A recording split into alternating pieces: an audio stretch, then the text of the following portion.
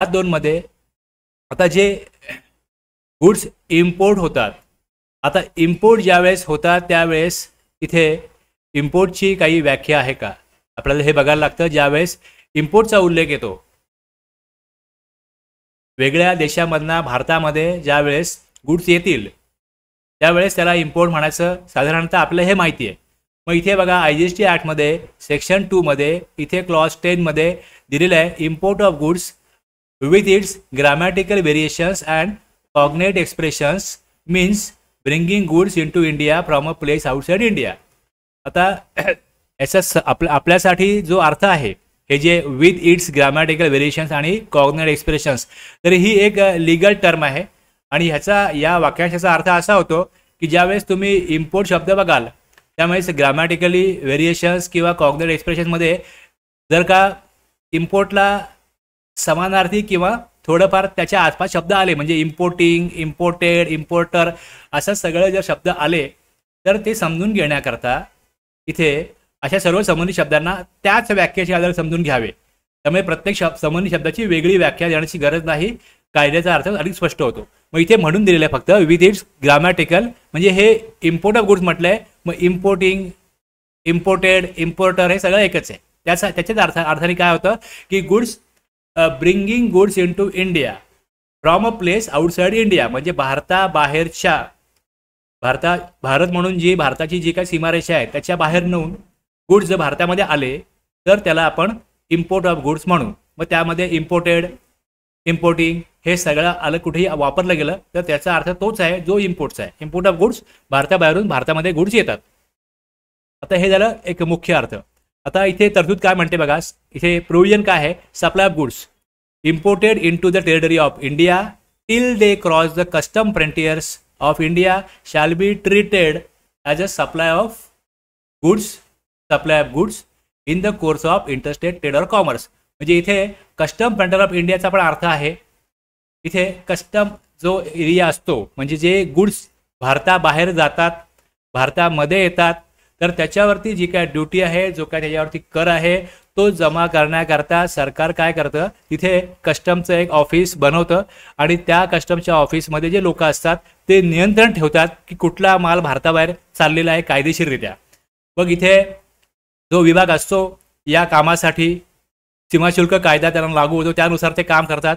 मग इथे कशा प्रकारे दिलेले आहे, सीमाशुल्क स्थानक कस्टम स्टेशन किंवा गोदामाचे हे सीमाशुल्क क्षेत्र आहे आणि आयात किंवा निर्यात ज्यावेळेस माल व्हायचा असतो त्यावेळेस त्या क्षेत्रामध्ये माल येतो, तिकडे त्याची नोंद केली जाते, त्याच्यावरचा टॅक्स जो आहे तो आकारला जातो आणि त्यानंतर ते गुड्स भारताबाहेर जातात किंवा भारतामध्ये जेव्हा येतील इम्पोर्ट ऑफ गुड्स होतील तेव्हा ज्याचे मालक जो असेल तो आपले जे व्हॅलिड कागदपत्र आहेत, वैध कागदपत्र आहेत ते दाखवून त्या आधारे तो माल ताब्यात घेतो. त्यावरती कस्टम ड्युटी वगैरे आणि GST वगैरे जे काही भरायचं असेल ही सगळी प्रोसिजर कागदोपत्री ज्याच्याकडे असतील त्याला मिळतात. मग या प्रकारे इकडे आपल्याला वस्तूंची आयात सोपा अर्थ एवढाच आहे की भारताबाहेरील ठिकाणाहून वस्तू भारतात आणणे. तर हे काय होईल, जो टॅक्स लागेल कस्टममध्ये तो एक कस्टमचं जे व्हॅल्युएशन नियम असतील, तरतुदी असतील त्यानुसार त्याची व्हॅल्यू ठरवली जाईल. त्या व्हॅल्यूवरती कस्टम ड्युटी जर लागत असेल तर ती लागेल आणि त्याच्यानंतर जो GST रेट लागू असेल 5%, 12%, 18% हे सगळं डॉक्युमेंट जे बनतील कस्टमर त्याच्यावरती हे सगळं ठरेल, हे कळेल. गुड्स इम्पोर्ट कोणी केलेत, कधी केलेत, कोणाच्या नावे आहेत याचे सगळे डॉक्युमेंट जे बनतात कस्टममध्ये त्यानुसार त्याच्यावरती जी लेवी होते ती IGST ही लेवी होते. आणि ज्यावेळेस कस्टममध्ये कुठल्याही प्रकारचा टॅक्स भरला जातो त्याचा ITC मिळतो का, यस त्याचा ITC टॅक्सपेअरला मिळतो आणि त्यासाठी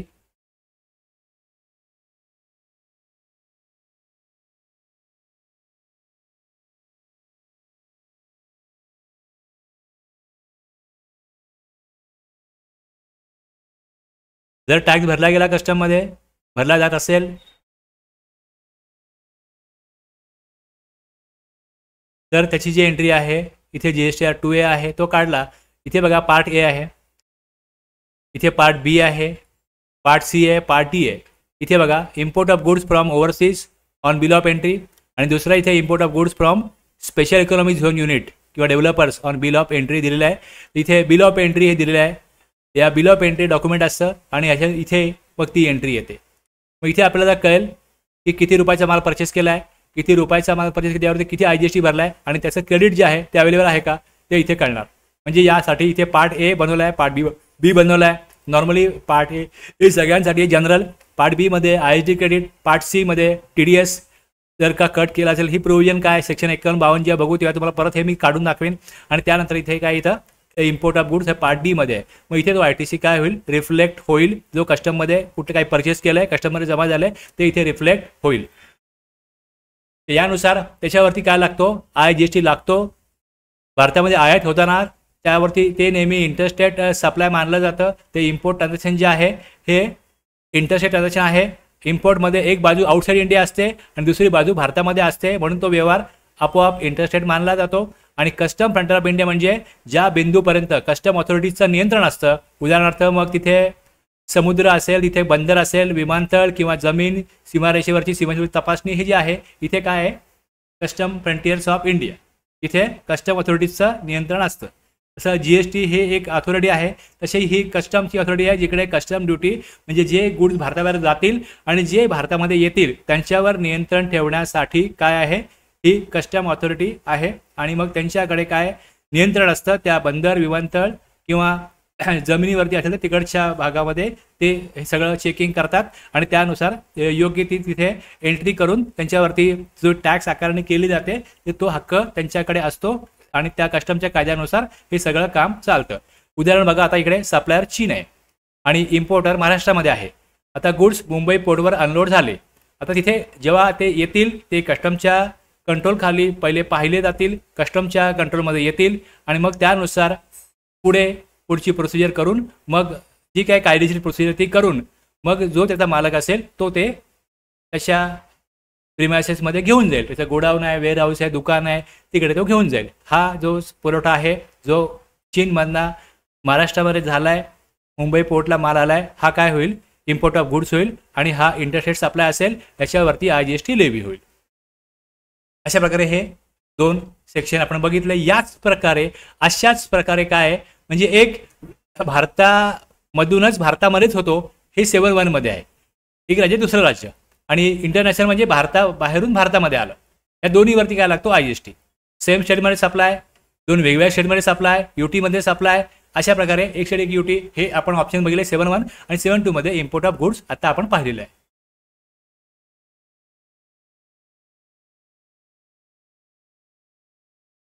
आता इथे सप्लायवर तसंच सेम जसं गुड्सचं आहे तसंच हे सर्व्हिसचं आहे.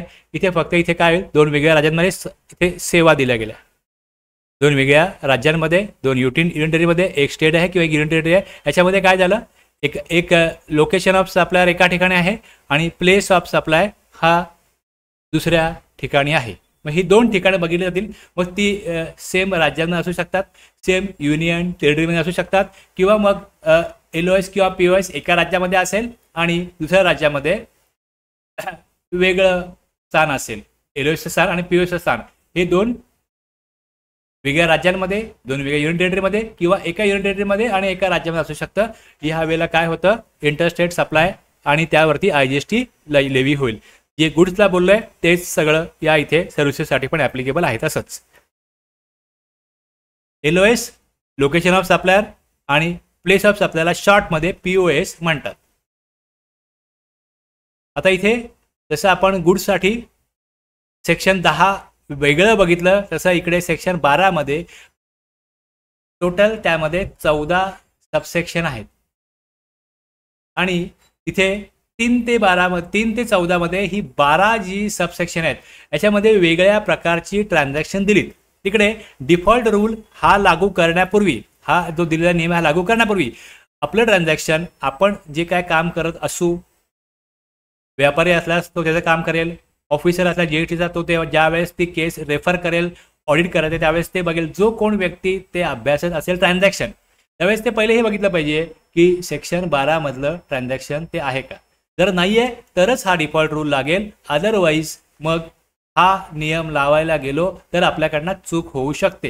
म्हणून इथे आपण पहिले तर रेफर केलंय की पहिले हे बघा की IGSTच्या सेक्शन 12 नुसार तुमचं ट्रान्झॅक्शन आहे का, तर मग लोकेशन ऑफ सप्लायर आणि प्लेस ऑफ सप्लाय त्यानुसार निश्चित केला जाईल. आणि मग त्यानुसार IGST लागतो का मग CGST AGST येईल हे ठरेल. जर तिथे तुमचं ट्रान्झॅक्शन नसेल तर मग जी सामान्य तरतूद आहे, जनरल रूल आहे, तो लागतो, तो या 7.3 प्रमाणे लागेल. इम्पोर्ट ऑफ सर्व्हिस सेक्शन 7 मध्ये सबसेक्शन 2 मध्ये इम्पोर्ट ऑफ गुड्स होतं, इथे इम्पोर्ट ऑफ सर्व्हिस आहे. 7.1 7.2 गुड्ससाठी आहेत, 7.3 7.4 या सर्व्हिसेससाठी आहेत. आता गुड्स हे कसे आहेत? गुड्स हे टँजिबल असतात, ते मुवेबल असतात, ते देशाबाहेरून देशामध्ये आणले किंवा देशामधून देशाबाहेर नेले, या केसमध्ये ते आपण हाताळू शकतो, बघू शकतो, ते व्हिजिबल असतात. पण सर्व्हिसेस ज्या आहेत, या सर्व्हिसेसचं कसं होतं की सर्व्हिसेस वरती सरकारचा कंट्रोल किंवा कुठल्या व्यक्तीचा कंट्रोल असू शकत नाही. लक्षात घ्या मी काय म्हणतोय. सर्व्हिसेस, आता मी एखाद्याकडनं कन्सल्टन्सी सर्व्हिस घेतली, की जर जोपर्यंत मी कोणाला सांगत नाही तोपर्यंत कोणाला कळणारच नाही. म्हणजे कन्सल्टन्सी सर्व्हिस घेणं हे व्हिजिबल नाही आहे सरकारसाठी, हे समजणं शक्य नाही आहे जोपर्यंत त्यांना टॅक्सपेअर हे सांगत नाही. आता इम्पोर्ट ऑफ सर्व्हिसची डेफिनेशन दिलेली आहे, ती काय आहे की सप्लायर ऑफ सर्व्हिस हा भारताबाहेर पाहिजे. भारताबाहेर काय होईल? सप्लायर असेल, लोकेशन ऑफ सप्लायर भारताबाहेर असेल. रिसिपियंट ऑफ सर्व्हिस हा भारतामध्ये असेल आणि प्लेस ऑफ सप्लाय, म्हणजे रिसिपियंट आणि प्लेस ऑफ सप्लाय ह्या दोन अटी जर का फुलफिल झाल्या तर प्लेस ऑफ सप्लाय, म्हणजे इथे इम्पोर्ट जर का तुम्हाला म्हणायचं असेल तर इम्पोर्ट आहे की नाही आहे, तर एक सेवा पुरवठा भारताबाहेर पाहिजे, सेवा प्राप्तकर्ता हा भारतामध्ये स्थित पाहिजे आणि मग भारतामध्येच ती सर्व्हिस घेतली गेलेली पाहिजे. या सेवांचा प्लेस ऑफ सप्लाय, पुरवठा जो आहे ठिकाण हे भारतामध्ये असलं पाहिजे, तर आपण त्याला इम्पोर्ट ऑफ सर्व्हिस म्हणू शकतो. इम्पोर्ट ऑफ गुड्सची व्याख्या फारच सोपी आहे की भारताबाहेरना गुड्स भारतामध्ये आले तर इम्पोर्ट ऑफ गुड्स, पण सर्व्हिस भारतामध्ये घेतली गेली, जो पुरवठा करतो सर्व्हिसचा तो भारताबाहेर आहे आणि जो रिसिपियंट आहे तो पण भारतामध्ये आहे, प्राप्तकर्ता जो आहे तो भारतामध्ये आहे.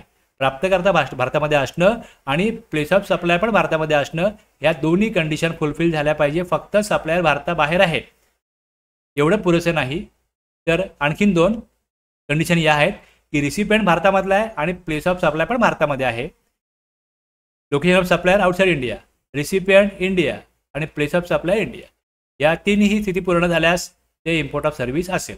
मग याप्रमाणे इथे IGST लागेल, तो भरावा लागेल टॅक्स, आणि त्यानंतर काय होईल पुढे त्याचं इनपुट टॅक्स क्रेडिट मिळू शकतं. त्या पुढच्या स्टेप्स आहेत. इथे फक्त आपण काय बघतोय, कुठला टॅक्स लेवी होईल, तर IGST लेवी होईल. महाराष्ट्रातील एका कंपनीने अमेरिकेतल्या एका फर्मकडून त्यांच्यासाठी एक मार्केटिंग कॅम्पेन तयार करून घेतले, पुरवठादार सप्लायर. आता ते मार्केटिंग कॅम्पेन ते भारतामध्ये राबवणार आहेत. मग इथे सेवा पुरवठ्याचे ठिकाण काय? महाराष्ट्रातील कंपनीत होत असल्याने पुरवठ्याचे ठिकाण भारतात आहे आणि प्राप्तकर्ता रिसिपियंट भारतामध्ये आहे. तिन्ही अटी पूर्ण झाल्या, यानुसार ही सेवांची आयात इम्पोर्ट ऑफ सर्व्हिस मानला जाईल, IGST लागू होईल.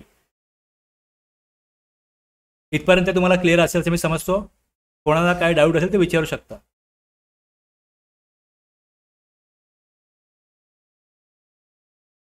आता इथे बघा, इथे सबसेक्शन 5 मध्ये आपण सेक्शन 7 बघतोय, इंटरस्टेट सप्लाय. याच्यामध्ये काय केलेलं आहे, इथे गुड्स सर्व्हिसेस आणि बोथ हे म्हटलेलं आहे. गुड्स पण आहे, सर्व्हिस पण आहे, बोथ आहे. इथे स्पेसिफिक नाही आहे, हे सगळं आहे याच्यामध्ये, supply of good service both. आता याच्यामध्ये Wien the supplier is outside, supplier कुठे आहे, लोकेटेड इन इंडिया आहे आणि प्लेस ऑफ सप्लाय भारताबाहेर आहे.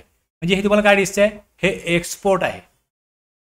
काय चाललंय, सप्लायर भारतामध्ये आहे आणि तो भारताबाहेर माल पाठवतोय. तसंच टू ऑर बाय, इथे काय म्हटलं बघा, to or by special economic zone developer, special economic zone unit, हे 2 जे आहेत हे पहिले आपण बघू. जेव्हा परिस्थिती कशी आहे, खालील कोणत्याही परिस्थितीत पुरवठा नेहमी इंटरस्टेट सप्लाय मानला जाईल. आता याचं आपण हेडिंगच काय दिलं आहे, एक्सपोर्ट लाईट ट्रान्झॅक्शन आणि सेल ट्रान्झॅक्शन आणि उर्वरित पुरवठा. याच्यामध्ये जे 3 सबसेक्शन आहेत, याच्यामध्ये एक इम्पोर्ट कव्हर झालं आपलं, import goods import service cover झालं. मग एक्सपोर्टचं काय, मग देशाबाहेर ज्या वेळेस माल जातो आहे आणि तो पाठवणारा कोण आहे, भारतामध्ये आहे, म्हणजे सप्लायर भारतामध्ये आहे आणि प्लेस ऑफ सप्लाय हे आउटसाइड इंडिया आहे. आणि दुसरं सेज डेव्हलपर किंवा सेज युनिट जे असतं यांच्याकडून जो पुरवठा होतो म्हणजे पुरवठा दिला जाईल किंवा घेतला जाईल. इथे पुरवठा स्पेशल इकॉनॉमिक झोन असा एक इंडस्ट्रियल एरिया असतो जिथे काय होतं काही मॅन्युफॅक्चरिंग होतं आणि तो माल भारताबाहेर पाठवला जातो. तर तो जो एरिया आहे तो वेगळ्या कायद्यानुसार वेगळ्या प्रकारे तिथे त्याचं ॲडमिनिस्ट्रेशन केलं जातं स्पेशल इकॉनॉमिक झोनचं. इथे बघा सप्लायर इंडियामध्ये आणि प्लेस ऑफ सप्लाय भारताबाहेर. सप्लायर मुंबईला आहे आणि place of supply London outside India आहे. इथे सेक्शन 7 सबसेक्शन 5 ए प्रमाणे काय होईल इंटरस्टेट सप्लाय होईल. दुसरं स्पेशल इकॉनॉमिक झोनमध्ये काय आहे सप्लाय होतोय सेज युनिट. असं मुंबईमध्ये अंधेरीमध्ये सेज आहे, तसं गुजरातमध्ये पण एक तिथे सेज आहे. मग अशा ठिकाणी काय होतं तो कशा प्रकारे म्हणजे जो सप्लायर आहे तो सेजच्या बाहेर असतो आणि सप्लाय आणि स्पेशल इकॉनॉमिक झोनमध्ये माल मागवला जातो. मग त्यावेळेस तो असा समजा तुम्ही महाराष्ट्रामध्ये असाल मुंबईमध्ये अंधेरी आहे तिथे एक स्पेशल इकॉनॉमिक झोन आहे तिथे माल पाठवला तर सेम स्टेट होतं. इथे दोन वेगळे स्टेट होत नाही. म्हणजे आपण इथे डिफॉल्ट रूल लावायला गेलो की नाही बघा एक लोकेशन ऑफ सप्लायर एका स्टेटमध्ये आणि प्लेस ऑफ सप्लाय हे वेगळ्या स्टेटमध्ये असेल तर IGST लागतो हे आपल्याला माहिती आहे. पण इथे एकाच राज्यामध्ये लोकेशन ऑफ सप्लाय आहे आणि प्लेस ऑफ सप्लाय जर तो स्पेशल इकॉनॉमिक झोनमध्ये असेल तर तो एकाच राज्यामधला हा नियम न लावता तिथे काय होतं सरसकट त्याला इंटरस्टेट सप्लाय समजला जातो आणि तिथे IGST लागतो. आता जे दिलेले तरतुदी आहेत यापेक्षा वेगळं काय असेल residual clause supplier Delhi place of supply Jammu Kashmir taxable टेरिटरीमध्ये. आता इथे असं काय असेल की जे तिकडे कव्हर नाही आहे कुठेच जर हे कुठे कव्हरच नाही आहे तर मग तिथे इंटरस्टेट सप्लाय होईल. जर ज्या तरतुदीमध्ये एखादं ट्रान्झॅक्शन कव्हर होणार नाही म्हणजे ते इंटरस्टेटमध्ये पण येत नाही आणि दुसरं कुठे पण येत नाही असं जर असेल तर मग त्याला काय म्हटलं जाईल इंटरस्टेट सप्लाय म्हटलं जाईल.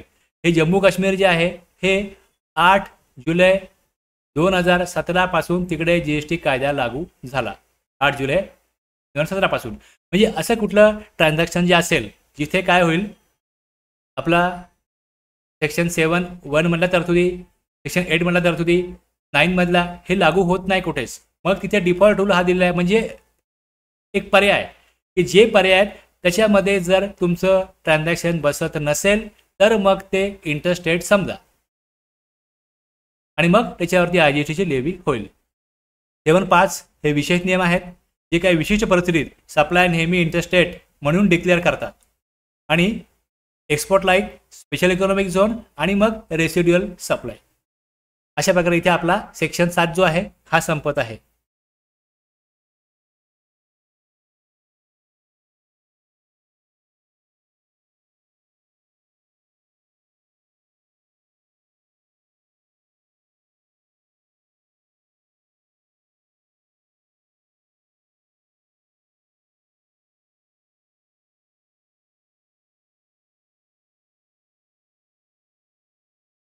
इम्पोर्ट ऑफ गुड्सची व्याख्या सोपी होती. त्याच प्रकारे एक्सपोर्ट ऑफ गुड्सची पण व्याख्या आहे आणि आपण बघितलं की इम्पोर्ट ऑफ सर्व्हिसमध्ये थोडंसं export of goods import of गुड्सपेक्षा थोडंसं वेगळं होतं. तसंच इकडे एक्सपोर्ट ऑफ गुड्स आणि एक्सपोर्ट ऑफ सर्व्हिसमध्ये पण काय आहे थोडं डेफिनेशन बघा कशी आहे आणि एक्सपोर्ट ऑफ सर्व्हिस जास्तच कॉम्प्लिकेट होते. समजलं तुम्हाला तर सोपं आहे. कॉम्प्लिकेशन्स असणारच कायद्यामध्ये कारण त्यांना सरकारला जे सांगायचं आहे ते सांगण्यासाठी आणि त्यातनं योग्य टॅक्स किंवा ती तरतूद जी आहे ती क्लिअर होण्याकरता त्यांना जेवढे शब्द जेवढी वाक्य वापरायला लागतील तेवढी लागतील आणि आपण ते समजून घेणं हे आपलं काम आहे. आता इथे एक्सपोर्ट ऑफ गुड्समध्ये काय होतं बघा. एक्सपोर्ट ऑफ गुड्समध्ये काय होतं की taking goods out of India सोपं आहे. तसं इम्पोर्ट ऑफ गुड्स होतं गुड्स भारताबाहेरनं भारतामध्ये आलं तर इम्पोर्ट ऑफ गुड्स आणि भारतामधनं भारताबाहेर गेले तर एक्सपोर्ट ऑफ गुड्स. पण सर्व्हिसच्या केसमध्ये बघा किती आहे कसं आहे फिजिकल मुवमेंट काय होतं फिजिकल मुवमेंट जी असते ती ट्रॅक करता येते. त्यामुळे इम्पोर्ट ऑफ गुड्स आणि इम्पोर्ट ऑफ सर्व्हिसमध्ये काही समजायला अवघड जात नाही. पण सर्व्हिसच्या केसमध्ये इथे सर्व्हिस ही घेतली जाते दिली जाते हे सरकारच्या नियंत्रणात नसतं आणि त्याचा पुरावा हा तसा मिळत नसतो, तसा गुड्सचा मिळतो. मग इथे कशा प्रकारे ते मेजर करता येईल, तुम्हाला कशा प्रकारे समजून घेता येईल की सप्लाय ऑफ एनी सर्व्हिस जेव्हा दिलं Wien the supplier of service is located in India. Supplier भारतामध्ये आहे, एक्सपोर्ट ऑफ सर्व्हिस आहे, तर इकडे सप्लायर हा भारतात 5 अटी दिल्यात, त्या पूर्ण झाल्या पाहिजेत तरच ती सेवा एक्सपोर्ट मानली जाईल. रिसिपियंट भारताबाहेर आहे आणि प्लेस ऑफ सप्लाय पण भारताबाहेर आहे आणि पेमेंट जे आहे, जे कन्सिडरेशन जे असतं ते एकतर फॉरेन एक्सचेंजमध्ये पाहिजे म्हणजे $. आता समजा तुम्ही एखाद्या भारताबाहेरच्या व्यक्तीबरोबर काही करार केला, त्यांना तुम्ही गुड्स पाठवणार आहात किंवा त्यांना तुम्ही सर्व्हिस देणार आहात, तर ते म्हणतील तुम्हाला की आम्ही तुम्हाला $मध्ये काय करू, पेमेंट देऊ. तुमच्या बँकेत ते पैसे आले तर बँक काय करते, ते बँकेचे चार्जेस घेते कन्वर्ट करण्याचे इंडियन रुपीजमध्ये आणि तुमच्या अकाउंटला इंडियन रुपीज जमा होतं. अशा प्रकारे नॉर्मली काय होतं की बँक अकाउंटला पैसे जेव्हा ट्रान्सफर होतील तेव्हा ते $. प्रमाणे येतील आणि त्यानंतर $चे रुपीजमध्ये कन्वर्ट करून बँक तुम्हाला ते ती अमाऊंट जी आहे ते तुमच्या अकाउंटला काय करेल, जमा करून घेईल. तर अशा प्रकारे तिकडे फॉरेन करन्सी येते. किंवा दुसरं जसं आपल्याकडे नेपाळ आहे, भूतान आहे, यांच्याबरोबर व्यवहार केला जातो, त्या पेमेंट परवानगी असलेले INR इंडियन रुपीज. त्यानंतर सप्लायर व रिसिपियंट हे एकाच व्यक्तीची 2 ब्रँचेस डिस्टिंक्ट पर्सन नसावेत. सप्लायर आणि रिसिपियंट हे डिस्टिंक्ट पर्सन नसावेत.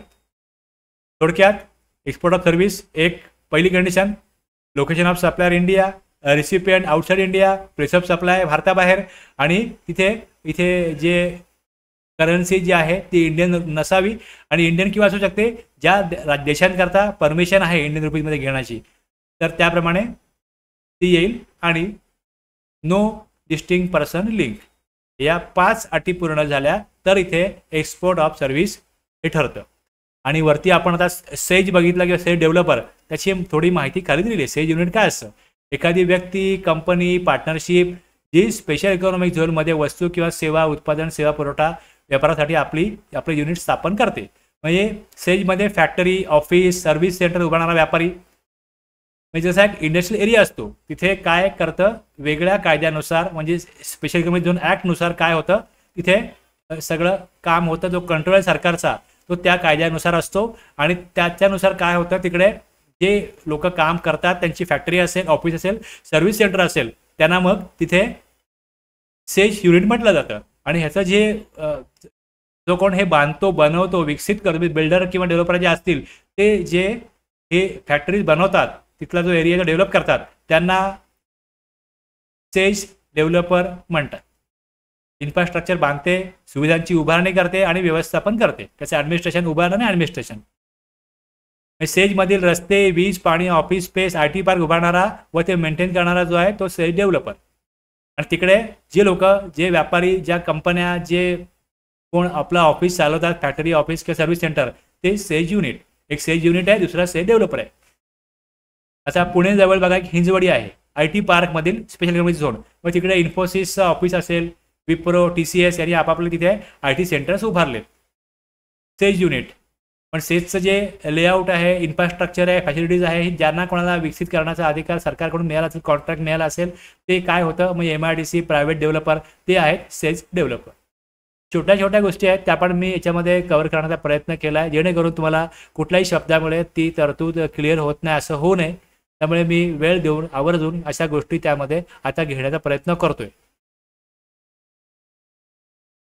आता आपण जे बघितलं 75A, 75B हे गुड सर्व्हिसेस दोन्हीसाठी होतं आणि इथे कुठे कव्हर होत नाही तिथे काय होईल, 75C लागू होईल. इथे आपलं हे कम्प्लिटली सेक्शन 7 कंप्लीट होतो इकडे. आणि मग इथे 8मध्ये 2च सबसेक्शन आहेत, 8मध्ये. याच्यामध्ये फार अवघड जाणार नाही समजायला. आता जर तुम्हाला क्लिअर झालं असेल सेक्शन 7 तर 8ला फार काय वेळ लागणार नाही. इथे एवढंच आहे की सेम स्टेटमध्ये सप्लाय होतो किंवा सेम युनियन टेरिटरीमध्ये सप्लाय होतो. म्हणजे लोकेशन ऑफ सप्लायर आणि प्लेस ऑफ सप्लाय हे जर एकाच राज्यामध्ये किंवा एका युनियन टेरिटरीमध्ये असतील तर त्याला intra state supply of goods म्हणायचं.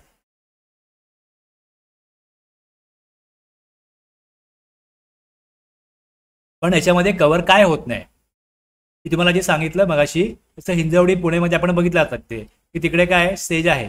मग आता जर मुंबईतून हिंजवडी पुणे मध्ये सप्लाय जर होत असेल ते सेम स्टेटमध्ये आहे, पण तिथे सेजमध्ये सप्लाय होतो, तेव्हा ते ट्रान्झॅक्शन विदिन सेम स्टेट जरी असलं तरी लोकेशन ऑफ सप्लायर हे सेज बाहेर आहे आणि जो स्पेशल इकॉनॉमिक झोन आहे तिकडे सप्लाय होत असेल तर मग ते इंटरस्टेट आपण बघितलेलं आहे सेक्शन 7 मध्ये. मग 8 हेच सांगतो की विदिन द स्टेट आहे, पण जर का तो देवाणघेवाण ही जर का स्पेशल इकॉनॉमिक झोन मधली असेल तर मग ते इंटरस्टेट म्हणून ट्रीट केलंय, मग ते नॉट, त्याला तुम्ही म्हणू शकत नाही इंट्रास्टेट क्लिअर केलं इकडे. कारण इथे सेम स्टेट म्हटलं तर मग तिकडे तर वेगळं स्टेट सांगितलंय, तिकडे तर IGST सांगितलं, इंटरस्टेट सांगितलंय, मग ते गडबड होऊ नये म्हणून हे सांगितलंय की ते सेम स्टेट जर असेल लोकेशन ऑफ सप्लायर आणि प्लेस ऑफ सप्लाय, पण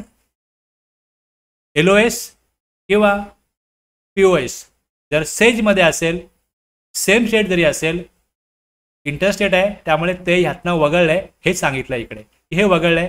त्यानंतर गुड्स इम्पोर्ट, कस्टम आणि मग टुरिस्ट आहे, हे काय होतात, हे ऑलवेज इंटरस्टेटमध्ये येतात. इंट्रामध्ये हे सोडून बाकी जे आहे विदिन द सेम स्टेट किंवा UT सप्लाय असेल LOS आणि POS तर ते काय होईल. आणि टुरिस्ट कोण असतात हे दिलंय, हे टुरिस्टची व्याख्या आहे की नॉर्मली जे भारतामध्ये येतात आणि ते 6 महिन्यापर्यंत भारतात राहत असतील, 6 महिन्यांनी जास्त राहत असतील तर तो विषय वेगळा आहे. पण इथे जे स्थलांतरित झालेले नाहीत भारतामध्ये, ते भारतामध्ये काही कारणाकरता काही काळाकरता आलेत, नॉट मोर दॅन 6 मंथ, तर त्यांना टुरिस्टमध्ये समजलं जातं, त्यांना टुरिस्ट समजलं जातं. 8 मध्ये सप्लायरची LOS, प्लेस ऑफ सप्लाय एका स्टेटमध्ये एका टेरिटरीमध्ये असेल तर तो पुरवठा काय आहे, इंट्रास्टेट आहे, टॅक्स लागेल CGST AGST, UT मध्ये असतात UT GST. आणि अपवाद काय सांगितलंय, जर त्यामध्ये LOS किंवा POS मध्ये जर का स्पेशल इकॉनॉमिक झोन आलं तर ते इंटरस्टेट आहे, ते इंटरस्टेट नाहीये. इम्पोर्ट ऑफ गुड, भारतात आयात झालेल्या वस्तू जोपर्यंत त्या कस्टमच्याच कंट्रोलमध्ये आहेत, कस्टमच्याच ऑथॉरिटीच्या एरियामध्ये आहेत, ते ओलांडत नाहीत, तो त्यानंतर येथे ओलांडलं त्यानंतर ते इंटरस्टेट पुढे एकदा ते गेले का मग तसं पुढे राज्यात होईल, राज्यातून राज्याबाहेर जाईल, मग त्याप्रमाणे होईल. पण जोपर्यंत ते इम्पोर्ट ऑफ गुड्स आहेत तिथे इंट्रास्टेट नाही आहेत, ते काय आहेत तिथे आपण बघितलं ते इंटरस्टेटमध्ये येतात. त्यानंतर टुरिस्ट आहे, टुरिस्टना जसं एक्सपोर्ट ड्युटी बेनिफिट, एअरपोर्टला वगैरे कोण थांबत असेल एखादा टुरिस्ट, मग तो भारतामधनं पुढे जात असेल, ते केव्हा असं की विमान डायरेक्ट नसतं, एका देशामधून तो भारतामध्ये येतो, भारतामधनं पुढे जातो. मग अशा प्रकारे ज्या वेळेस तो टुरिस्ट खरेदी करतो त्या एअरपोर्टवरती त्यावेळेस ते एक्सपोर्ट ड्युटी बेनिफिट घेऊन येतो, तर तो सप्लाय हा इंट्रास्टेट सप्लाय नाही, तो काय आहे, इंटरस्टेट सप्लाय आहे. ओके, तर यामध्ये उदाहरणं आहेत. 8.1 नुसार CGST लागू होतो इंट्रास्टेटमध्ये, पण तोच माल जर सप्लायर किंवा LOS सेजमधला असेल तर काय होईल, इंटरस्टेट होईल, IGST तिथे लावला जाईल. LOS POS एका स्टेटमध्ये इंट्रास्टेट आणि सेज सप्लायर इम्पोर्ट कस्टम फ्रंटरपर्यंत आणि मग टुरिस्ट हे इंट्रास्टेट नाहीत, हे इथे क्लिअर केलेलं आहे.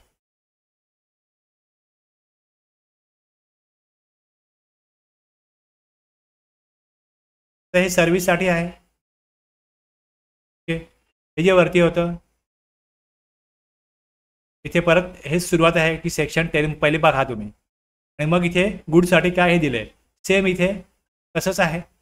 काही ट्रान्झॅक्शन्स ही सप्लाय 12 मध्ये आहेत त्याला हा डिफॉल्ट रूल लागू होणार नाही, आणि बाकी लोकेशन ऑफ सप्लायर आणि प्लेस ऑफ सप्लाय हे सेम स्टेटमध्ये असेल तर तिथे काय होईल, CGST AGST येईल, हेच सांगितलंय. एकदा आपण गुड्सला वेळ दिला का सर्व्हिसला सेम प्रोव्हिजन आहे, फक्त तिकडे गुड्ससाठी सेक्शन 10 काही वेगळं सांगतात आणि सर्व्हिससाठी सेक्शन 12 मध्ये काही वेगळं सांगितलंय, ते बघायचं आहे. म्हणून ते 2 सेक्शन वेगवेगळे करावे लागले.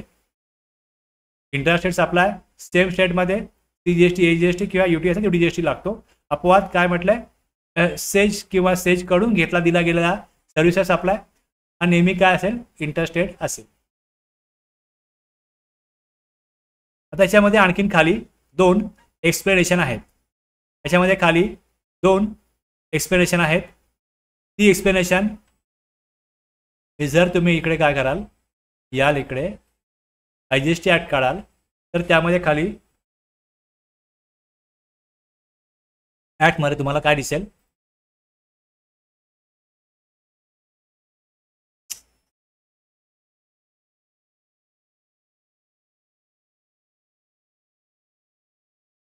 हे बघा खाली एक्सप्लेनेशन 1 आहे, एक्सप्लेनेशन 2 आहे. म्हणजे आपण हे सेक्शन 8.1 बघितला, 8.2 बघितला का, पुढे एक प्रोव्हिजो होता आणि खाली एक्सप्लेनेशन.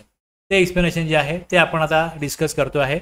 इथे एखाद्या व्यक्तीकडे डिस्टिंक्ट पर्सन बद्दल दिलेलं आहे ते एक्सप्लेनेशन. एखाद्या व्यक्तीकडे जर एक एस्टॅब्लिशमेंट भारतात आणि दुसरे भारताबाहेर असेल, किंवा एका एस्टॅब्लिशमध्ये एखाद्या स्टेट युटीमध्ये आहे आणि दुसऱ्या स्टेटमध्ये युटीमध्ये असेल, तर हे डिस्टिंक्ट पर्सन आहेत. तसंच एक एस्टॅब्लिशमेंट एखाद्या स्टेटमध्ये आणि दुसरे त्या स्टेट युटीमध्ये वेगळं रजिस्ट्रेशन आहे. हे जीएसटी पॅन एकच आहे, एका पॅनवरती 2 नंबर आहे. तर हे असे एस्टॅब्लिशमेंट ज्यांना डिस्टिंक्ट पर्सन समजलं जाईल. आपल्याला माहिती आहे, आपण हे घेतलं होतं जे आपण टॉपिक बघितलं रजिस्ट्रेशन, तेव्हा हेच अशाच प्रकारे आपण डिस्कस केलं होतं. फक्त इथे भारताबाहेरचं जे आहे, भारताबाहेरचं वेगळ्या राज्यामध्ये वेगळा जीएसटी नंबर काढला डिस्टिंक्ट पर्सन, सेम राज्यामध्ये वेगळा जीएसटी नंबर काढला डिस्टिंक्ट पर्सन, हे आपण बघितलेलं आहे रजिस्ट्रेशन टॉपिकमध्ये. आणि इथे फक्त काय आलं की भारताबाहेर जर दुसरी एस्टॅब्लिशमेंट असेल आणि त्यांच्याबरोबर जर व्यवहार केला तर ते डिस्टिंक्ट पर्सन आहेत. तसंच जर एखादा व्यापारी एखाद्या भागात ब्रँच, एजन्सी, रिप्रेझेंटेशन ऑफिस चालवत असेल तर त्याला त्या टेरिटरीमध्ये एक एस्टॅब्लिशमेंट असल्यासारखं समजलं जाईल. आता इथे एक्झाम्पल दिलं आहे, सप्लायर पुणे महाराष्ट्रामधला आर्किटेक्ट आहे, place of supply Nagpur, tax लागू होईल CGST AGST, पण तोच आर्किटेक्ट पुण्यातल्या सेज युनिटला, हे आपलं अगोदरचं आहे त्यानुसार आहे. आणि हे जे एका कन्सल्टंटने, हे आत्ता जे बघितलं आपण पुण्यात राहतो पण त्याने नागपूरमध्ये रिप्रेझेंटेशन ऑफिस उघडलं आहे, मग ती त्याचं एस्टॅब्लिशमेंट असेल असं समजण्यात येईल. आणि त्या पाण्यामधला सप्लाय जो आहे त्याविषयी सेक्शन 9 मध्ये भाष्य आहे. सेक्शन 9 मध्ये पाण्यामधल्या सप्लायबद्दल भाष्य आपल्याला बघायला मिळेल. आता म्हणजे इथे काय होतं, जसं जमिनीवरती आपल्याला कळतं की इथे महाराष्ट्र राज्याची हद्द संपली, गुजरात राज्याची हद्द सुरू झाली. म्हणजे कुठेही एखादं शहर संपतं, नवीन शहर सुरू होतं, राज्य संपतं, सीमा संपली, इथे एक मुंबई महानगरपालिकेची हद्द संपली, असे आपण बोर्ड कधी वाचले असतील. किंवा एखादी ग्रामपंचायत आहे, त्यांचा भाग संपला, दुसरी ग्रामपंचायत चालू झाली, अशा प्रकारचे बोर्ड तुमच्या वाटण्यामध्ये कधी काळी आले असतील किंवा येत असतात वरच्यावरती आपल्याकडे. तर इथे पाण्यामध्ये तर आपल्याला कळत नाही की इथे आपण चाललोय महाराष्ट्रामधनं बोटीने गोव्याला, पुण्याहून आपण गोव्याला जातो, तर इथे महाराष्ट्र राज्य संपलं आणि इथे समुद्रामध्ये इथे गोवा सुरू झाला, असं काय पॉसिबल नाही आहे करणं. मग त्यावेळेस तिथे गोंधळ होऊ नये, स्पष्टता राहावी याकरता तरतूद जी आहे ती सेक्शन 9 मध्ये सप्लायज इन टेरिटोरियल वॉटर मध्ये आपल्याला मिळते. इथे काय दिलेलं आहे, जर पाण्यामध्ये लोकेशन ऑफ सप्लायर हे कुठे आहे, पाण्यामध्ये आहे. जर सप्लायरचं लोकेशन जे आहे हे जर पाण्यामध्ये असेल, टेरिटोरियल वॉटरमध्ये असेल, तर ते लोकेशन जवळच्या जे सीमावर्ती राज्य किंवा युटी आहे तिथलं मानलं जाईल. म्हणजे जर पाण्यामध्ये समजा एखादी बोट असेल आणि त्या बोटीवरून काय सप्लाय होत असेल, किंवा काही वेळेला लोक फिरायला जातात आणि ते एखाद्या बोटीमधनं फिरतायत, मग तिथे त्यांच्याकडनं जे कन्सिडरेशन घेतलं जाईल त्यावर टॅक्स लावायचा आहे. मग त्याचं बोट मालक रजिस्ट्रेशन कुठल्या राज्यामध्ये घेईल आणि मग टॅक्स कुठल्या राज्यामध्ये घेईल. जर रजिस्ट्रेशन 2 राज्यामध्ये असेल मग तो टॅक्स कुठल्या राज्याचा जमा करण्याकरता इनवॉइस बनवेल किंवा जे काही तिकीट असेल ते जनरेट करेल. मग यासाठी स्पष्टता यावी, याकरता जे जवळचं सीमावर्ती राज्य किंवा युटी असेल तिथे लोकेशन ऑफ सप्लायर मानलं जाईल. किंवा दुसरं प्लेस ऑफ सप्लाय विचार केला तर तो पाण्यामध्ये असेल प्लेस ऑफ सप्लाय. म्हणजे समजा माझं रजिस्ट्रेशन महाराष्ट्रामध्ये पण आहे, गुजरात आणि गोव्यामध्ये पण आहे, दोन्हीकडे आहे, पण मी सप्लाय पाण्यात देतोय. म्हणजे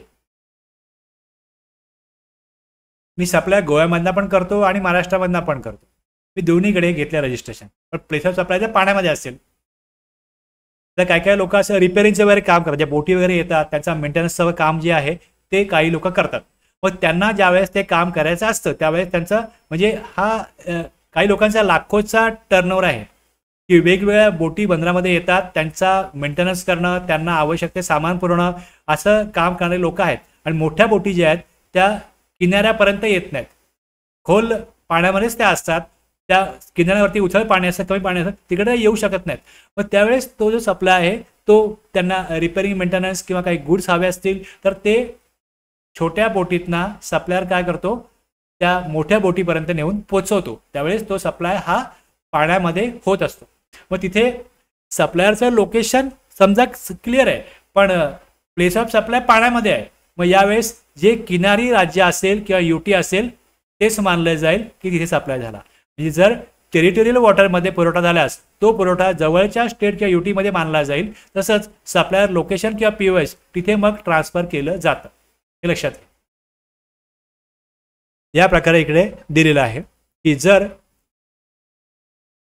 सेक्शन 10 किंवा 12 ही वेगळी ट्रान्झॅक्शन आहे, ते लावल्यावरच समोर आलं, ते बघितलं, मग समोर आलं की सप्लायरचं लोकेशन जे आहे आणि प्लेस ऑफ सप्लाय जे आहे हे टेरिटोरियल वॉटरमध्ये आहे, किंवा म्हटलं इकडे हे दोनपैकी एक जर पाण्यामध्ये आहे, तर मग इथे लँड मासवर नाही, तर एक अस्पष्टता ॲम्बिग्युटी निर्माण होऊ शकते. मग त्यासाठी सप्लायरचं रजिस्ट्रेशन कुठे घ्यावं, कोणत्या स्टेटला टॅक्स क्रेडिट मिळेल, हा गोंधळ नको. लायबिलिटी कुठल्या स्टेटला जमा करायची हा गोंधळ नको. ह्या गोंधळासाठी सेक्शन 9 मध्ये डिमिंग फिक्शन घालण्यात आलेलं आहे की जिकडे सप्लायरचं लोकेशन किंवा प्लेस ऑफ सप्लाय हे जवळच्या राज्यामध्ये किंवा युटीमध्ये मानलं जातं. आणि त्यानुसार ह्याची सुरुवात जी आहे, ह्या सेक्शनची सुरुवात जी आहे ती काय म्हटलंय बघा इथे, non withstanding anything content in this act. बाकी कुठे काही म्हटलं असेल तरी जर परिस्थिती टेरिटोरियल वॉटरमधली असेल, लोकेशन ऑफ सप्लायर किंवा प्लेस ऑफ सप्लाय, तर ह्याला ही सुरुवात जी असते ह्याला म्हणतात नॉन ऑब्स्टेंट क्लॉज, नॉट विथस्टँडिंग एनिथिंग. ही सुरुवातीला घालून इतर सेक्शन्सला त्यांना काय केलंय, ओव्हरराईड दिलाय. बाकीच्यांना इथे ओव्हरराईड करतो हा सेक्शन. इथे काही म्हटलं असलं इथे जे आहे त्यानुसार जर असेल तर मग जे किनारी राज्य आहे किंवा किनारी युनियन टेरिटरी आहे तिथे तुम्ही लोकेशन ऑफ सप्लायर किंवा प्लेस ऑफ सप्लाय शिफ्ट करू शकता. अशा प्रकारे इथे तरतूद आहे. ही तरतूद सेक्शन इतर सेक्शनला ओव्हरराईड करते आणि ती करण्याचा अधिकार मिळावा याकरता त्याची सुरुवात जी आहे ती नॉन ऑब्स्टेंट क्लॉजने केलेली आहे. नॉट विथस्टँडिंग एनिथिंग, कुठे काही म्हटलं जरी जर सप्लाय पाण्यामध्ये असेल तर मग विदिन द सेम स्टेट, मग एक युटी एक स्टेट हे काही न बघता तुम्ही हे बघा. एक्झाम्पल बघा, आता पर्सन ए ने अरेबियन सीजमध्ये गोव्याजवळ असलेल्या एका हॉटेलला वॉटर बॉटल्स पुरवल्या. आता प्लेस ऑफ सप्लाय हॉटेल जे आहे पाण्यामध्ये, सेक्शन 9 नुसार प्लेस ऑफ सप्लाय गोवा मानलं जाईल, म्हणून हा पुरवठा गोवासाठी टॅक्सेबल होईल. त्यानंतर दुसरं म्हणजे इथे कन्झम्पशन स्टेट जे आहे हे गोवा होईल, हे लक्षात घ्या. कन्झम्पशन स्टेट हे गोवा होईल, म्हणजे टॅक्स कोणाला मिळेल आणि मग ITC कुठल्या राज्यामध्ये मिळेल हे त्यानुसार ठरतं. तसं दुसरं एक्झाम्पल बघा, एक शिप आलं, ते तिथे एका किनाऱ्याजवळ त्यांनी नांगर टाकला. शिप कोची हे केरळजवळ आहे. त्या शिपला जसा मेंटेनन्स केला जातो त्यांना कळतं की एक त्या शिपचा एक पार्ट आहे तो बदलण्याची गरज आहे, तो कमकुवत झालाय, खराब झालाय, मग तो रिप्लेसमेंट हवी होती. मग काय केलं त्यांनी, सप्लायर शोधला आणि सप्लायर होता कर्नाटकमधली कंपनी. त्यांनी तो पार्ट आणला, इन्स्टॉल केला. त्यानंतर आता जी बोट आहे जी किनाऱ्याजवळ त्यांनी आपला नांगर टाकला आहे ती भारताबाहेरची कंपनी आहे. शिपिंग कंपनी जी आहे ती UKची आहे. आता अशा भारताबाहेरच्या कंपनीला कुठे आहे,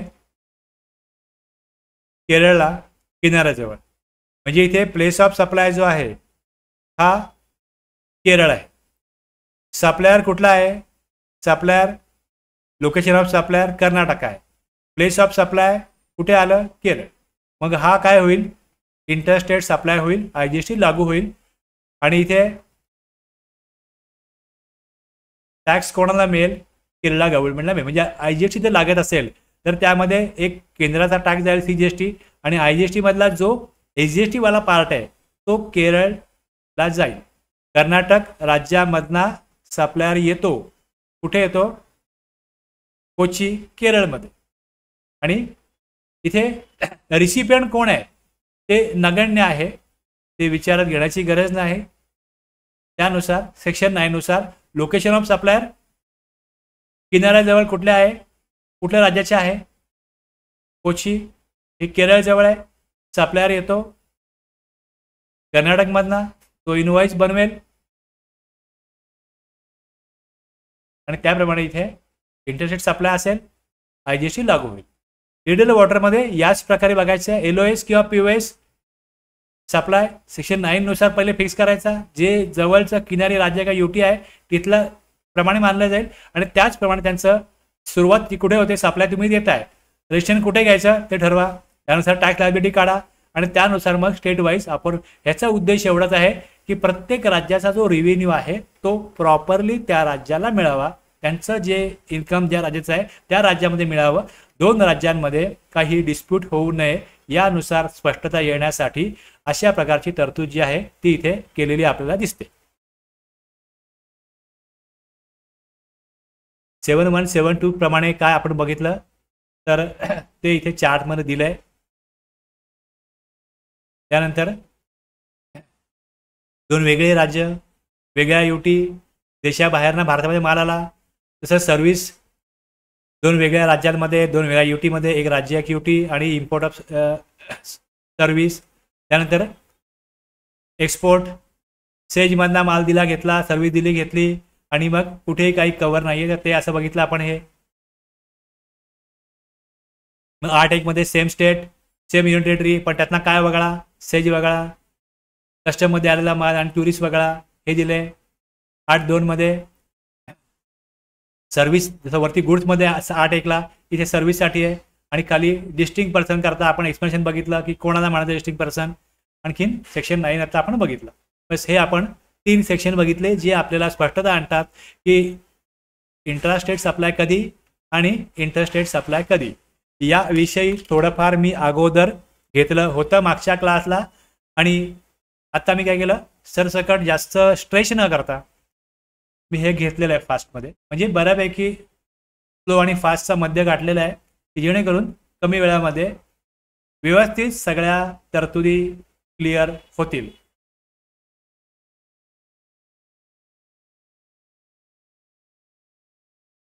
Rakesh sir, Rajendra sir, Nilesh sir, Ankush sir, Preeti madam, Vishal sir.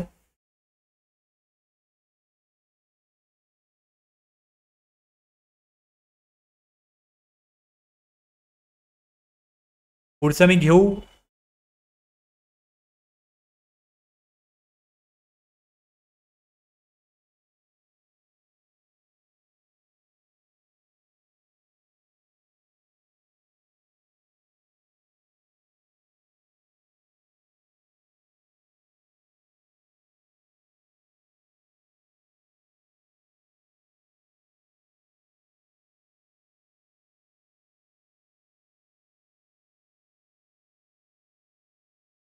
थोडी मी याची प्रस्तावना देतो की सेक्शन 10 मध्ये काय आहे आणि मग ब्रेक नंतर आपण डिटेलमध्ये हे बघणार आहोत. आता तिथे आपण पहिले हे बघितलं की सेक्शन 10 मधल्या तरतुदी बघा, सेक्शन 12 मधला पण बघा आणि त्याला होत नसतील तर मग सेक्शन 7, 8 बघायचे आहेत. या प्रकारे आपण तिथे बघितलं होतं. त्यामुळे जास्त म्हणजे जर का आपण काही बघायला जाऊ तर पहिल्यांदा आपल्याला जर ट्रान्झॅक्शन गुड्सचं असेल तर सेक्शन 10 बघणं गरजेचं आहे. त्यामुळे सेक्शन 10 मध्ये जिकडे अदर दॅन म्हटलेलं आहे, supply of goods imported into किंवा एक्सपोर्टेड फ्रॉम इंडिया, हे जर तिथे असेल तर काय होतं, अदर दॅन म्हटलेलं आहे. तुम्ही place of supply of goods काढताय म्हणजे आपल्याकडे जर विदिन द कंट्री म्हणजे डोमेस्टिक सप्लाय हा होतोय, इम्पोर्ट एक्सपोर्ट नाही आहे. गुड्स भारतामधून भारताबाहेर जात नाही आहेत आणि भारताबाहेरना भारतामध्ये येत नाही आहेत. अशी जर परिस्थिती असेल तर त्यावेळेस तुम्ही सेक्शन 10 बघा. प्लेस ऑफ सप्लाय ऑफ गुड्समध्ये तुमचं ट्रान्झॅक्शन किंवा ॲक्टिव्हिटीज आहे का बघा. जर तिथे असेल तर त्यानुसार तुम्हाला काय मिळेल, प्लेस ऑफ सप्लाय मिळेल. आता इथे आपण बघतोच हे आहोत की place of supply, determination of place of supply of goods हे आहे. 7, 8, 9 मध्ये काय होतं, determination of nature of goods. बघा मी तुम्हाला परत दाखवतो. इकडे आपण काय बघितलं, आता आपण काय बघितलं बघा, इथे बघितलं determination of nature of supply. Determination of nature of supply हे इथे होतं, पण प्लेस ऑफ सप्लायमध्ये आणखीन स्पष्टता येण्यासाठी त्यांनी चॅप्टर 5 दिलाय. यात त्यांनी दिलंय की गुड्सची ट्रान्झॅक्शन जी सेक्शन 10 मध्ये आहेत किंवा सर्व्हिसची 12 मध्ये आहेत तर ती तिथे असतील तर तिथल्याप्रमाणे तुम्ही प्लेस ऑफ सप्लाय काढा. अदरवाईज प्लेस ऑफ सप्लाय कसा काढायचा आणि त्याला इंटर किंवा इंट्रा कधी म्हणायचं हे इथे 7 आणि 8 मध्ये स्पष्ट होतं. आता आपल्याला प्लेस ऑफ सप्लाय काही वेगळ्या ट्रान्झॅक्शनमध्ये वेगळ्या प्रकारे ठरवलेला आहे आणि तो बघण्यासाठी आपल्याला काय बघायचं आहे, इथे सेक्शन 10 बघायचं आहे. सेक्शन 10 आपण का बघत आहोत हे मी तुम्हाला इकडे स्पष्ट करून सांगतो आहे. आता पुढे बघा, लक्षात घ्या. आता हा जो प्लेस ऑफ सप्लाय आहे सेक्शन 10 मधला, इथे पहिल्यांदा 5च ट्रान्झॅक्शन होती. आता अमेंडमेंट होऊन काय झालं, इकडे सेक्शन 10(1)(CA हा एक दिलेला आहे. थोडंफार लोकांना एक क्लिअरिटी स्पष्टता हवी होती, त्याकरता इथे म्हणजे ज्यावेळेस एखाद्या व्यक्ती समजा मुंबईला आला, त्यांचं हेड ऑफिस मुंबईला आहे आणि वेगवेगळ्या राज्यामध्ये ब्रँचेस आहेत आणि तो व्यक्ती वेगळ्या राज्यामधनं महाराष्ट्रामध्ये आला, म्हणजे समजा तो गोव्यावरनं आला, महाराष्ट्रामध्ये मुंबईला आला, तो रजिस्टर व्यक्ती असेल तर काय होतं, त्याचं GST नंबर असतो. मग तो सांगतो की मला कंपनीसाठी काही मोबाईल हवा आहे, लॅपटॉप हवा आहे, माझा लॅपटॉप खराब झाला की कंपनी बोली नवीन लॅपटॉप घ्या, मी मुंबईला चालला, तुम्हाला जास्त व्हरायटी बघायला मिळेल, अशा प्रकारे तो घेतो. तसंच काही लोक फिरायला येतात मुंबईला वेगळ्या राज्यांमधनं आणि मग ते खरेदी करतात. मग ते ओव्हर द काउंटर जर अनरजिस्टर्ड पर्सन असेल, खरेदी असेल, मग त्याचा GST कशा प्रकारे लावायचा, मग महाराष्ट्रामधला CGST HGST येईल का तो वेगळ्या राज्यांमधनं आला आहे, म्हणजे कन्झम्पशन त्या राज्यामध्ये होणार आहे, मग त्या राज्याला त्याचा अधिकार आहे, तिथला व्यक्ती टॅक्स देतो आहे आणि त्या राज्यामध्ये त्याचं कन्झम्पशन होतं आहे. मग त्यावेळेस मग त्यासाठी हा एक CA हा एक अमेंडमेंट करून आलेला त्यातला एक सबसेक्शन आहे. डिटेल्समध्ये आपण बघणार आहोत. मुवमेंट ऑफ गुड्स आहे तर 10(1)(A आहे. त्यानंतर एक bill to ship to concept आहे, म्हणजे इथे A आणि B हे दोन सप्लायर आणि रिसिपियंट आहेत, हे दोन व्यापारी आहेत, पण ते एकमेकांना ओळखत नाही. तेव्हा ते C ला सांगतात की तू आम्हाला काय कर, माल आमच्याकरता मिळवून दे किंवा आमचा माल विकून दे, म्हणजे मला माल खरेदी करून द्या किंवा मला माल विकून द्या. अशा परिस्थितीमध्ये काय होतं, तिकडे तिसरा पर्सन येतो. मग त्यावेळेस बिलिंग कसं करायचं हे सेक्शन 10(1)(B मध्ये आहे. जिथे मुवमेंट नाही आहे गुड्सचं, म्हणजे मी समजा एखाद्या प्रिमायसेस भाड्याने घेतलं आणि तिकडे जनरेटर सेट आहे आणि फर्निचर आहे आणि तो जो अगोदरचा ती जागा भाड्याने चालवणारा व्यक्ती आहे, तो मला म्हणाला की मी आता माझा बिझनेस मोठा झाल्यामुळे मोठ्या जागेत शिफ्ट होतोय, तर इथे माझा जनरेटर आहे, फर्निचर आहे, तुम्ही घ्याल का. इथे मुवमेंट ऑफ गुड्स नाही आहे. मग त्यावेळेस कशा प्रकारे टॅक्स लागू होईल हे 10(1)(C मध्ये आहे. D मध्ये इन्स्टॉलेशन आणि असेंब्ली होते गुड्सची, म्हणजे हा एक प्रकारचा कंपोजिट सप्लाय आहे. म्हणजे गुड्स फॅक्टरी आहे, प्लांट आहे, हे जेव्हा इन्स्टॉल केलं जातं, असेंबल केलं जातं, त्यावेळेस ती एक प्रकारची सर्व्हिस आहे. पण मुख्य सप्लाय काय, मुख्य सप्लाय हा गुड्सचा आहे. म्हणजे हा एक प्रकारचा कंपोजिट सप्लाय होतो. त्या गुड्स बरोबरच इन्स्टॉलेशन पण देणं आहे. मग इन्स्टॉलेशन कुठे होतंय, असेंब्ली ऑफ गुड्स कुठे होते, मग तिथे त्या राज्याचं जे लोकेशन आहे, ज्या ठिकाणाचं जे लोकेशन आहे, ते प्लेस ऑफ सप्लाय कशा प्रकारे येईल हे आपल्याला 10(1)(D मध्ये बघायचं. त्यानंतर इथे goods supply on board convenience, म्हणजे वाहनांवरती जे गुड्स विकले जातात, मग त्याच्यावरती कशा प्रकारे टॅक्स लागू होईल हे आपल्याला क्लिअर होईल 10(1)(E मध्ये. आणि सेक्शन 11 जो आहे तिथे supply of goods imported into किंवा एक्सपोर्टेड फ्रॉम इंडिया हे जर असेल तर मग कशा प्रकारे टॅक्स लागेल, प्लेस ऑफ सप्लाय कसा काढायचा हे तिकडे सेक्शन 11 मध्ये येईल. आता हे आपल्याला बघायचं आहे सेक्शन 10 मधले 10(1) मधले 6 सबसेक्शन आणि 11. एवढं आता आपलं पुढचं टार्गेट आहे. पुढचा गोल जो आपला आहे तो आहे, तुम्ही तिकडे ॲक्टमध्ये जाऊन सेक्शन काढलं तर तुम्हाला ज्या प्रकारे दिसेल ते इथे आपण मांडतो आणि त्याला आपण हेडिंग देतो स्टॅट्युटरी प्रोव्हिजन, म्हणजे कायदेशीर तरतूद काय आहे ती आपण दिलेली आहे. तर 10(1) मध्ये सेक्शन 10(1) मध्ये हे A, B, C, CA, D आणि E हे क्लॉज आहेत.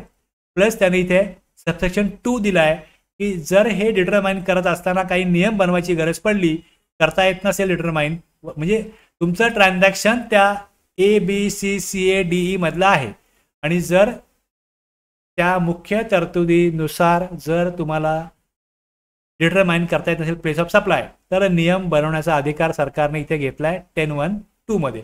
असे काही नियम बनवलेले नाही आहेत, त्यामुळे आता तो भाग काय होतो महत्त्वाचा राहत नाही. पण आपल्याला हे 6 वेगवेगळ्या प्रकारची जी ट्रान्झॅक्शन्स आहेत ती वेगवेगळ्या प्रकारे घडतात ती समजून घ्यायची आहेत. त्यानुसार आपल्याला प्लेस ऑफ सप्लाय गुड्सचा क्लिअर होईल.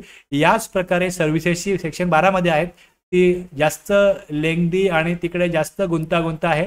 पण एकदा का तुम्हाला ही गुंतागुंत कळली आणि तुम्ही सक्षम झालात अशा प्रकारची गुंतागुंत समजून घेण्यासाठी, तर तुम्हाला इतर तरतुदी समजून घ्यायला कमी अडचण होईल किंवा तुलनेने इझी होईल तुम्हाला. त्यामुळे हे जे आहे हे कदाचित तुम्हाला नेहमी लागणार नाही, पण हे जर तुम्ही समजून घेतलं तर तुम्ही मेंटली प्रिपेअर्ड होता, काही गोष्टी समजून घेण्याकरता सक्षम होता.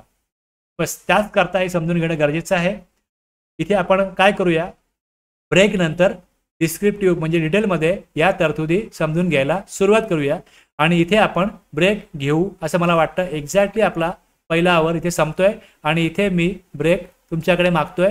आपण इथे ब्रेक घेऊया का, आणि मग ब्रेक नंतर एक्झॅक्टली 11:15 वाजता आपण काय करू, ह्याला सविस्तर डिटेलमध्ये बघायला सुरुवात करू. तर मी इथे थांबतो. यस रिप्लाय करा आणि 11:15ला भेटू.